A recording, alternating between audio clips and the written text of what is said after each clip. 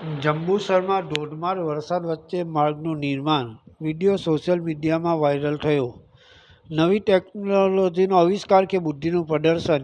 ભર વરસાદે પણ રોડ નિર્માણ ટકશે ખરા? આનું નામ બુદ્ધિનું દેવાળું, તે પણ જાહેરમાં.